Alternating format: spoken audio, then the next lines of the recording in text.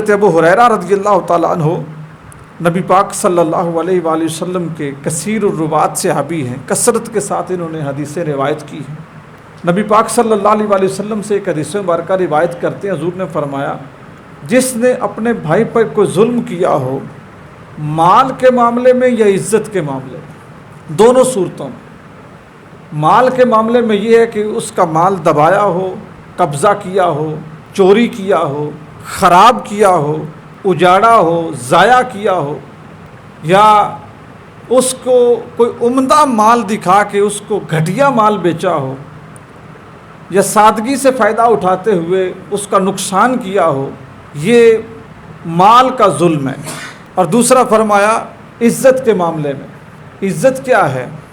عزت کے معاملے میں ظلم یہ ہے آپ بلا وجہ، بلکہ کوئی وجہ بھی ہو تو پھر بھی گالی نہیں دینی چاہیے۔ گالی مومن کا کلام نہیں ہے۔ گالی دی، کسی پہ تہمت لگائی، کسی کو مینا یا تانا دیا، غیبت کی، لوگوں کے پاس کسی بندے کی کوئی ایسی بات کی کہ جس کو وہ خود پسند نہیں کرتا، یہ عزت کے معاملے میں ظلم ہے۔ تو حضور نے فرمایا جس نے اپنے کسی مسلمان بھائی کے ساتھ ظلم کیا ہو، مال کے معاملے میں یا عزت کے معاملے میں، تو وہ آج ہی اس سے معافی مانگ لے، بیشتر اس کے کہ وہ دن آ جائے لوگوں جس دن تمہارے درہم، دینار، پیسے، روپے، یورو، ڈالر، کرنسی، ہر چیز نکارہ ہو جائے، ان کی کوئی قیمت ہی نہ رہے۔ اس دن کے آنے سے پہلے جس مسلمان کے ساتھ ظلم کمایا ہو، مال کے معاملے میں یا پیسے کے معاملے میں، اس سے معافی مانگ لو۔ فرمایا اس دن انصاف کیسے ہوگا کہ جو ظالم ہوگا، ظالم کی نیکیاں مظلوموں کے پلڑے میں رکھی جائیں گی، اس کے ذمے جو نیکیاں ہوں گی وہ لے لی جائیں گی، اور جو مظلوم ہوں گے ان کے پلڑے میں رکھی جائیں گی۔ اگر ظالم کی نیکیاں ختم ہو گئیں پھر کیا ہوگا؟ مظلوموں کے گناہ لے کر اس ظالم کے گلے میں ڈال دیے جائیں گے۔ اس طرح پروردگار انصاف کرے گا۔ کتنا بد نصیب ہے وہ شخص تھوڑی سی دنیا کے لیے، چند گھڑیوں کے لیے، چند سالوں کے لیے، چند لمحوں کے لیے جو کسی شخص کے مال کے ذریعے ظلم کرے یا کسی شخص کی عزت کے ذریعے اس کے اوپر ظلم کرے۔ اب دوسری حدیث پاک سنیے۔ نبی پاک صلی اللہ علیہ وسلم نے صحابہ سے پوچھا، میرے صحابہ تم جانتے ہو کہ مفلس کون ہے؟ مفلس کہتے ہیں غریب کو۔ مفلس کون ہے؟ تو صحابہ کرام علیہم رضوان نے عرض کی یا رسول اللہ صلی اللہ علیہ وسلم وہی مفلس ہے جس کے پاس کھانے کو کچھ نہیں، پہننے کو کچھ نہیں، جوتا نہیں، کپڑا نہیں، سر پہ چھت نہیں، سواری نہیں، اچھا ساز و سامان نہیں۔ اللہ کے رسول وہ مفلس ہے؟ تو حضور اقدس صلی اللہ علیہ وسلم نے فرمایا مفلس وہ ہے جو قیامت کے دن آئے گا اور اس کے پاس نمازیں، روزے، حج، زکوٰۃ، خیرات، نیکیاں ہوں گی۔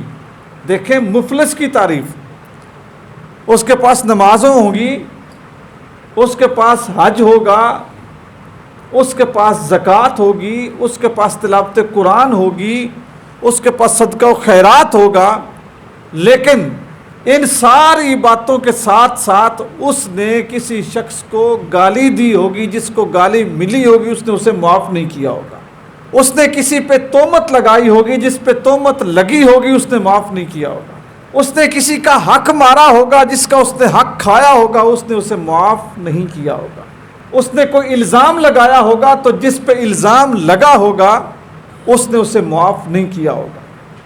فرمایا سب سے غریب، سب سے مفلس، ناچار، ناتواں، کمزور، بھوکا وہ شخص ہوگا کہ جو تلاوت، نماز، روزے لے کے آئے گا میدان قیامت میں، لیکن اس کی وہ ساری نیکیاں ان مظلوموں کو دے دی جائیں گی جس کے ساتھ اس نے دنیا میں ظلم کیا ہوگا۔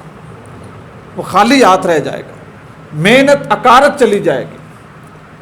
کبھی کبھی ایسا ہوتا ہے انسان اپنی عبادت کے تکبر میں لوگوں کو روندتا چلا جاتا ہے۔ بندے کو بڑا فخر ہوتا ہے کہ میں 5 وقت کا نمازی ہوں، میں نے حج کیا ہے، میں قرآن مجید کا قاری ہوں، میں حافظ ہوں، میں عالم دین ہوں، میں اپنی سوسائٹی میں بڑا معتبر ہوں، لوگ میری بات سنتے ہیں، مانتے ہیں، مجھ سے ڈرتے ہیں، کانپتے ہیں، منصب ہے، عہدہ ہے، میں نے کبھی رشوت نہیں لی، تو انسان کی جو ہے نا اس کی پارسائی، بسا اوقات پارسائی اسے متکبر بنا دیتی. وہ جب بولتا ہے تو گالیاں شروع کر دیتا ہے، وہ جب بولتا ہے تو تہمتیں لگانا شروع کر دیتا ہے، وہ جب بولتا ہے تو دوسروں کو بدکار اور دوسروں کو گھٹیا کہنا شروع کر دیتا ہے.